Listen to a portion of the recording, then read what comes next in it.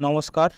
আজকে আমি আপনাদের দেখাবো ব্যাংকের অ্যাকাউন্ট ক্লোজড করার জন্য কিভাবে আপনারা অ্যাপ্লিকেশন লিখবেন এবং অ্যাপ্লিকেশনের সাথে কী কী ডকুমেন্ট লাগবে সম্পূর্ণটাই আজকের ভিডিওতে আপনাদের জানানোর চেষ্টা করব।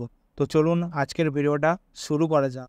আপনারা স্ক্রিনে দেখতে পাচ্ছেন ব্যাংকের অ্যাকাউন্ট ক্লোজ বা বন্ধ করার আবেদনপত্র। এই আবেদনপত্রটা আপনারা কিভাবে লিখবেন সম্পূর্ণটাই আপনাদের বুঝিয়ে দিচ্ছি। প্রথমে লিখবেন ব্যাংকের অ্যাকাউন্ট বন্ধ করার আবেদনপত্র, তারপর শাখা, ব্যবস্থাপক, ব্যাংকের নাম, শাখার নাম, অ্যাকাউন্ট নম্বর। এই সমস্ত লেখা হয়ে গেলেই এরপর লিখবেন বিষয়। যদি আপনার কারেন্ট অ্যাকাউন্ট থেকে থাকে তাহলে সেই বিষয়ের জায়গায় উল্লেখ করবেন। যদি আপনার সেভিংস অ্যাকাউন্ট থেকে থাকে তাহলে সেভিংস অ্যাকাউন্টটা উল্লেখ করবেন। বিষয়ে লিখবেন আমার কারেন্ট বা সেভিংস অ্যাকাউন্ট বন্ধ করার অনুরোধ।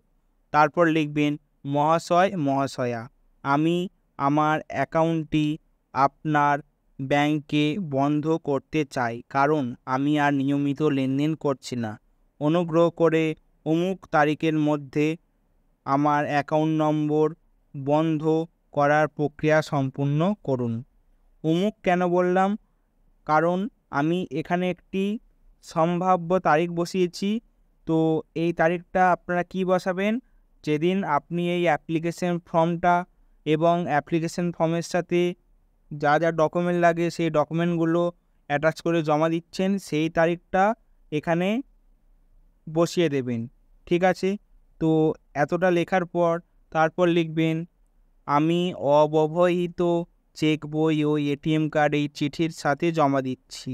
অনুগ্রহ করে অ্যাকাউন্ট বন্ধের চিঠি এবং বাকি টাকার সেটেলমেন্ট চেক আমার উপরোক্ত ঠিকানায় পাঠিয়ে দিন।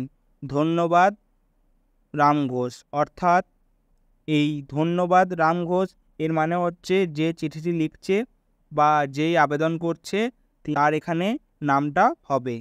এই গেল ব্যাংকের অ্যাকাউন্ট বন্ধ করার আবেদনপত্র। এর সাথে কী কী ডকুমেন্ট লাগবে?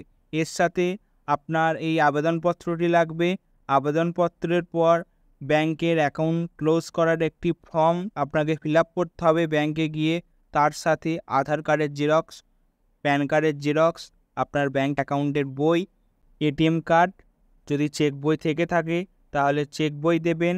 যদি এই ভিডিওটা আপনাদের কাছে মূল্যবান বলে মনে হয়ে থাকে তাহলে ভিডিওতে অবশ্যই একটি লাইক প্রদান করবেন। ভিডিওর কোন পার্টটা আপনাদের বুঝতে অসুবিধা হচ্ছে সেটি কমেন্ট বক্সে কমেন্ট করে জানাবেন। ধন্যবাদ।